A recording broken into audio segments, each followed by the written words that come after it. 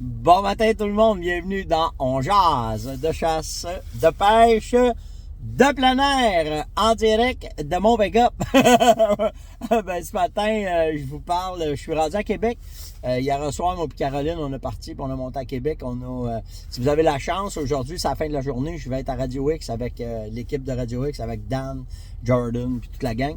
Donc, si vous pouvez écouter ça, ça va être une émission encore le fun. Puis je fais la tournée des Grands-Ducs à Québec présentement. Là, j'ai des rendez-vous à faire, puis des fournisseurs à rencontrer. Puis en tout cas, pas qu'à d'affaires à faire naturellement. On va aller quand même manger au restaurant et profiter un peu de la belle ville de Québec. Mais avant tout, c'est ça, c'était plus simple un matin de vous faire l'On Jase dans le pick-up en me rendant. En fait, un matin, je m'en vais chercher ma viande d'orignal. Je m'en vais chez Bruno, je m'en vais chercher la viande d'orignal. Après ça, on s'est laissé traîner un peu partout. Il y a un paquet de stock à m'ordonner que j'y ai passé, qu'on a passé à des chums, tout le kit. Puis après ça, ça va s'enchaîner un en arrière de l'autre. J'ai pas mal de rendez-vous, pas mal d'affaires à faire, puis tout le kit. Donc, demain matin, je sais pas où je vais être. Puis c'est ça la beauté d'On Jase, c'est que le show est pas adapté à... Je me suis pas adapté au show, c'est le show qui s'est adapté à moi. Puis vous autres aussi, vous êtes bien adaptés à ça parce que quand on est sur le terrain même, vous appréciez ça. Puis c'est le fun aussi. Puis ça amène une autre dynamique, puis ça amène d'autres questions, ça amène d'autres affaires. Fait que c'est ça. À matin, une couple de petits sujets bien le fun à vous jaser. Première affaire, merci à ceux qui participent. Qu'est-ce que tu as dans tes poches? On va faire le tirage dimanche matin, OK? Mais allez sur ma page Facebook, puis j'ai fait un post en vous demandant qu'est-ce que vous avez dans vos poches parce que on va faire tirer des ensembles pour faire vos salines d'hiver. Donc, on part avec ça. Puis, justement, hier... hier, c'est vrai, j'ai oublié de vous parler de ça.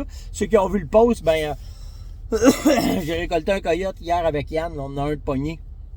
On l'a tiré à carabine. Oui, on l'a tiré avec un gros calibre parce que c'était ça qu'on avait dans les mains. Puis c'était correct. Puis ça a fait la job. C'est ça qui est important. De toute façon, le boulet est assez un petit peu trop dur. Fait que ça a fait 2 trous. Puis en fait, on a fait une récolte très, très clean. Je vais vous dire ça de même. Puis l'autre affaire, après ça, qu'est-ce que j'avais d'autre? Qu'est-ce qui s'est passé hier? Je voulais vous parler. Il y a eu le coyote. Ah oui, puis en profitant de ça, en fait, c'est parce qu'on s'en allait faire des salines. Puis c'est là qu'on a vu le coil, puis là, on l'a clenché. Fait que, puis là, tranquillement, pas vite, je commence là parce que là, nous autres, le travail, on va tomber un petit peu au ralenti dans le temps des fêtes. Fait que je commence déjà à faire le tour de mes secteurs, commencer à faire mes salines d'hiver, commencer à réactiver. Il y a bien des places que je suis allé hier, qu'il n'y a pas beaucoup de neige. Puis je vous ai fait un petit vidéo quand même, là, parce que j'ai ramassé... moi, quand je rentre chez nous... Dans l'entrepôt. C'était plus simple de pogner des sacs à main, mettre ça dans la patente. Puis, en tout cas, Yann, il capotait. Tabarnak, t'as pris ça dans notre production? Ouais, c'est ça. Fait que c'est comme ça. Fait que c'est bien drôle, c'est bien correct. OK? Vos commandes vont arriver à temps, inquiétez-vous pas, puis c'est bien correct. Mais Yann, il était pas content après son père hier. C'était bien cool. Hey, si vous avez la chance, allez sur Aventure Chasse et Pêche, allez sur Créateur de contenu, allez voter pour la relève, allez voter pour les pros de l'industrie dont je fais partie et merci beaucoup pour tous les votes. Allez mettre un autre vote. Vous pouvez mettre un vote par jour si vous voulez. Fait qu'allez mettre un autre vote s'il vous plaît. C'est bien apprécié pour la relève. Mais pour M. Monette, tu sais, c'est le fun parce que je le dis souvent, là, mais on n'a jamais assez de ça. C'est une belle marque de reconnaissance puis c'est une belle claque dans le dos que vous nous donnez. Fait que c'est très, très, très apprécié. Ça a l'air de rien, là, mais juste le petit vote fait souvent la différence. Puis autant pour la relève, autant pour nous autres, on apprécie ça vraiment. Donc, c'est vraiment, vraiment le fun. Je vais tomber dans les questions tout de suite. Je vais débouler mes sujets, mais je vais arriver à la fin. Je vais revenir avec un sujet qu'on a parlé pas mal, mais j'ai trouvé ça intéressant. J'ai d'autres affaires à vous dire là-dessus. Bernard m'a demandé quel bois qui est le meilleur pour faire des salines. Il dit on préfère notre bois de chauffage, puis on t'apprend à garder ça, puis on va peut-être se garder des souches. Fait que quel bois qui est le plus important pour conserver les nutriments des salines? En fait, mon cher, c'est pas le bois qui est le plus important, mais l'endroit où est-ce que tu vas les faire. C'est ça qui est le plus important. Donc, les transitions, si tu trouves des traces, des indices, et surtout, si tu peux, où est-ce que tu vas faire ta saline une place tranquille, OK? Parce qu'on parle de plus en plus de la pression de la chasse sur le chevreuil, sur l'orignal, qui fait des gros changements dans leur mœurs. Puis je pense que c'est important maintenant de commencer à considérer ça de plus en plus pour pouvoir avoir de l'achalandage régulier sur nos emplacements. Puis après ça, ben, si tu me demandes le bois, c'est sûr que le bois dur dure plus longtemps, OK? Mais le bois mou fait la job aussi. La seule affaire, c'est qu'après 7-8 ans, tu vas avoir à peut-être refaire une souche ou ramener une souche ou ramener du bois pour pouvoir conserver tes nutriments, mais je vais pas fou avec ça. C'est bien plus l'endroit qui est le plus important, comme les transitions, les indices que tu vas trouver. Tu sais, exemple, tu vois une traîne de chevreuil, une traîne d'orignal, un endroit sale aussi. J'aime ça quand c'est fermé, ça leur donne une sécurité. Puis justement, ça empêche la pression. Fait que c'est assez important. Une question de Yann, je trouvais ça assez nice comme question. Penses-tu que les orignaux s'adaptent comme les chevreuils à la pression? Oui, mon cher. On le voit, là. On va arrêter de se mettre la tête dans le sable. Là. Mais à chaque année, tu sais, il y a sensiblement depuis 5 ans la même récolte d'orignal qui se fait un peu partout, OK? Il y a des beaux spécimens, il y a des moins beaux spécimens. On n'est pas d'accord avec la gestion, je suis bien d'accord, là. Mais n'empêche que depuis, je te dirais, une dizaine d'années, OK? Les nouvelles techniques de chasse, les réals langlois qui ont révolutionné la façon de chasser l'orignal, le call qui est arrivé d'approcher les orignaux avec les palettes, de comprendre quand ils nous répondent, tout ce qu'on a développé alentour de ça, ben ça fait que les nouvelles techniques de chasse sont productives, mais ça éduque aussi les orignaux. Fait que d'année en année, les orignaux qui sont manqués par ces genres de techniques-là font qu'ils apprennent. Puis, n'oubliez pas une affaire, là, les cervidés sont là pour, je le dis tout le temps, c'est simple de même, là, mais sont là pour engraisser le sol, puis sont là pour engraisser la baleine des prédateurs. Fait qu'eux autres, c'est de rester en vie, puis de se reproduire leur but premier. Puis, quand on les éduque, ben ils apprennent de plus en plus à utiliser tous les éléments que la nature peut leur donner pour rester en vie. Fait que ça, c'est la première affaire, OK? Après ça, les techniques de GPS ont fait que maintenant, les nouveaux GPS, les nouvelles façons de faire, on peut aller plus loin en forêt. Donc, on dit tout le temps que le maximum que les chasseurs vont d'un bord de chemin, c'est 75 mètres. Mais avec les GPS, à cette heure, tu as des personnes qui n'ont pas peur de la forêt, qui connaissent la forêt. Il y a beaucoup de mythes qui ont tombé. Les Sasquatch, ça n'existe pas. Puis, tu es bien plus en sécurité dans le bois qu'au coin de... dans ben des places dans des grandes villes. Donc, ça fait que l'apparition des GPS pour se retrouver en forêt nous a permis d'aller plus loin dans le bois et de créer plus de pression, de tasser encore plus les gibiers. Fait qu'il y a ça aussi. Les chemins forestiers fait qu'on se rapproche plus des gibiers, fait que ça avec. Puis là, ben, tu tombes avec les 3 éléments les plus importants qui font que les orignaux apprennent puis qui deviennent de plus en plus méfiants. La prédation, les coyotes, les loups, le braconnage, puis après ça, la pression de chasse. Fait que, tu sais, tous ces éléments-là font que les orignaux s'adaptent à nous autres, les techniques changent, les façons changent, puis c'est à nous autres, après ça, de nous adapter à ça. Puis l'analyse, tu sais, moi, je pense que dans les prochaines années, l'analyse qu'on fait très poussée pour les chevreuils va devenir la même analyse qu'il va falloir faire pour les orignaux, au-delà des aménagements, apprendre à lire les cartes, lire les territoires, aménager, travailler fort nos territoires, ben va faire que connaître de plus en plus leurs allées et venues, comment est-ce qu'ils réagissent, aide de plus en plus, parce que le chasseur d'orignaux, il se fie un peu sa grosseur du gibier, mais s'il commence à développer les mêmes aptitudes que le cerf de Virginie pour rester en vie, ça va devenir un autre paire de manches. Fait que oui, Yann, je pense vraiment que les orignaux s'adaptent à la pression de chasse. Je vais vous parler d'une entrevue qui s'est faite avec un journaliste, Patrick Lagacé, a fait une entrevue avec un médecin de l'Université de Montréal sur l'éthique. En fait, ce médecin-là, il était au comité d'éthique et de la santé des animaux de l'Université de Montréal. Je ne veux pas nommer son nom, là, je ne veux pas qu'on aille taper sa tête, mais j'ai trouvé intéressante l'entrevue, puis je vais vous amener, d'après moi, en tout cas, je vais tout vous nommer ce qui s'est dit dans l'entrevue, OK, avec une couple de petits commentaires à la Steph, mais à la fin, vous allez comprendre les affaires, OK? En fait, pourquoi que le problème des chevreuils de Longueuil? Parce qu'on vient encore avec les chevreuils de Longueuil. Puis là, si j'avais hâte de tomber sur une entrevue comme ça pour amener le big picture des chevreuils de Longueuil, pourquoi c'est rendu là, OK? Premièrement, de ce qui se passe à Longueuil, on a vu que d'autres instances ont très bien appris de ça et qu'ils ne veulent pas que ça arrive, comme ce qui est arrivé avec la CEPAC, le travail très, très, très chirurgicaux et professionnel et bien fait de ce qui s'est fait dans les 2 réserves nationales montre que la CEPAC ne voulait pas s'en aller vers où est-ce que Longueuil s'en allait. OK? Puis il y a 3 instances qui sont là-dedans présentement, dans ces genres de gestion-là. Tu as les municipalités, tu as la CEPAC, puis tu as le gouvernement. OK? Les fonctionnaires. Donc, quand tu regardes comment est-ce que ça s'est fait, la ville de Longueuil, qui avait pas de ressources, a commencé à aller consulter un paquet d'affaires. Puis là, tu as eu un paquet d'intervenants qui se sont initiés dans ce dossier-là. Tu as eu un comité, OK? Le comité, justement, de santé et d'éthique sur les animaux, qui était avec un paquet de spécialistes, OK?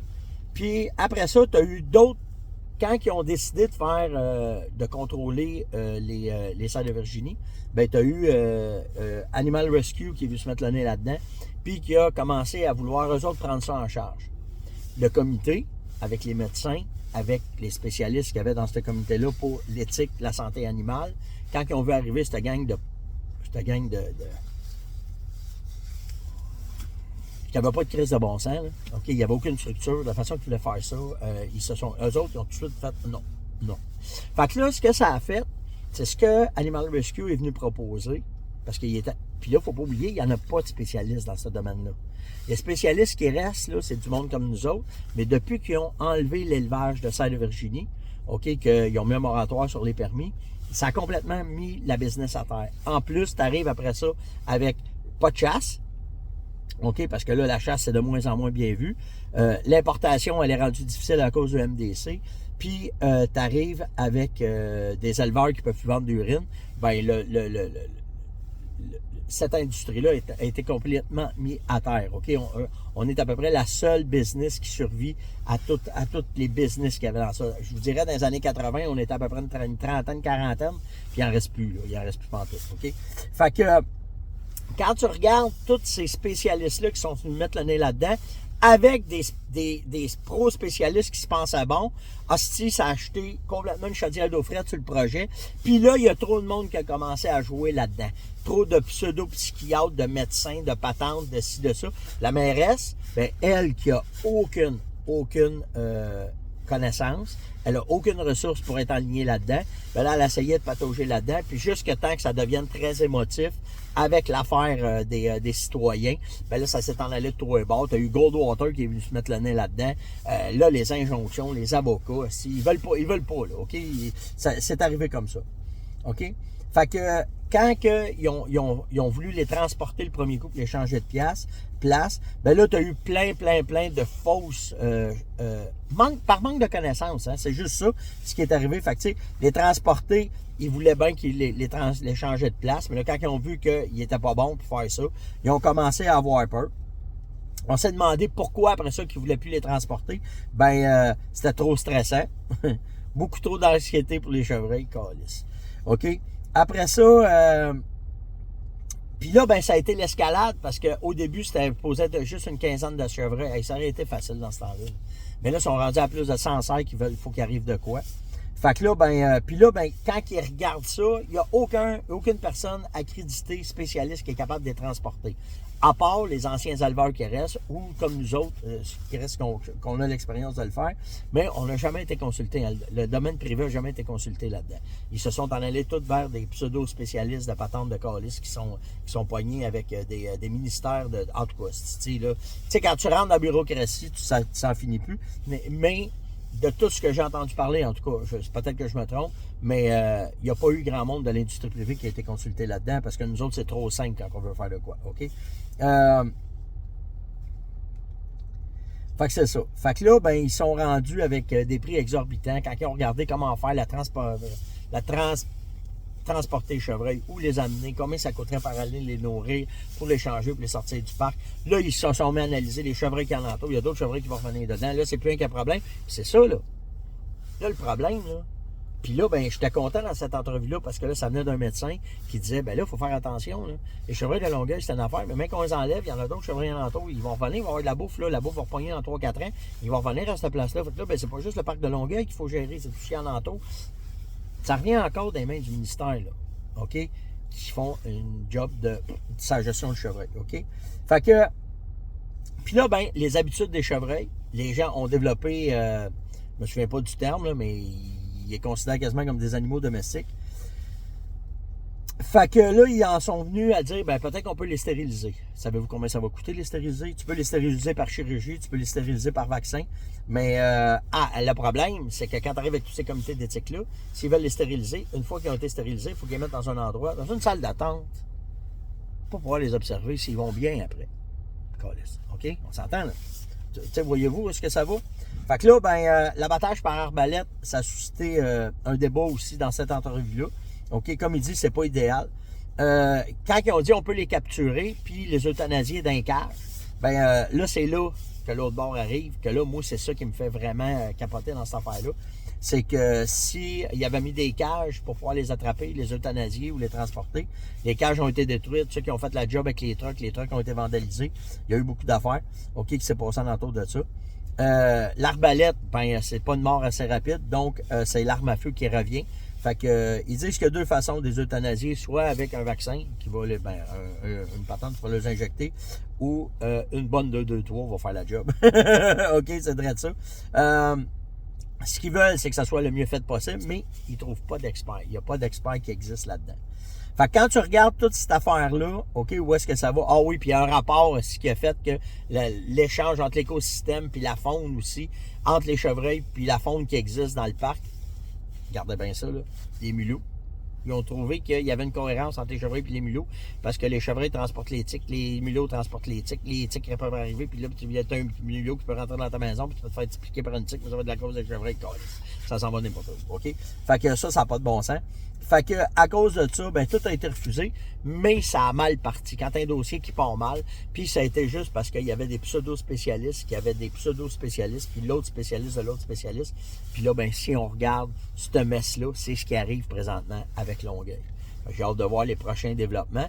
Mais c'est la première entrevue que je vois qui est posée de cette façon-là, puis que tu as un médecin qui vient s'avancer sur plein de choses qui étaient sur les conseils, puis qui dit c'est une gang de cabochons qui est arrivée en avant de nous, puis là on s'est mis à avoir peur parce qu'ils n'ont pas été sécurisés sur la bonne façon de soit attraper les chevreuils, les transporter de place, puis faire le quoi. Puis je vous le dis, là, ils sont jamais revenus sur parler au privé. On n'a jamais été consulté, personne n'a été appelé. OK? Privé, c'est le temps de la... On n'a pas assez de diplôme. C'est juste ça que je veux vous dire. Fait qu'on voit où est-ce que ça s'est en allé, puis où est-ce que ça va. Puis là, ben, il faudrait juste savoir comment est-ce que ça va être fait. Mais il y a une affaire qui est sûre, c'est que la seule organisation qui a fait la job, présentement, qui est gouvernementale, paragouvernementale, c'est la CEPAC, parce qu'ils se sont crissés de tout ce niaisage-là. Ils ont décidé de prendre les mesures, puis les mesures ont été bien faites. Ils n'ont pas ébruité rien, ils ont laissé aller ça, puis ils ont fait ce qu'il y avait à faire, puis ça prouve que ça marche si c'est bien fait, avec des vrais pros, avec la bonne façon, puis un bon comité, mais pas trop de pseudo-spécialistes qui pensent qu'ils connaissent tout. Likez, partagez, invitez, surtout commentez.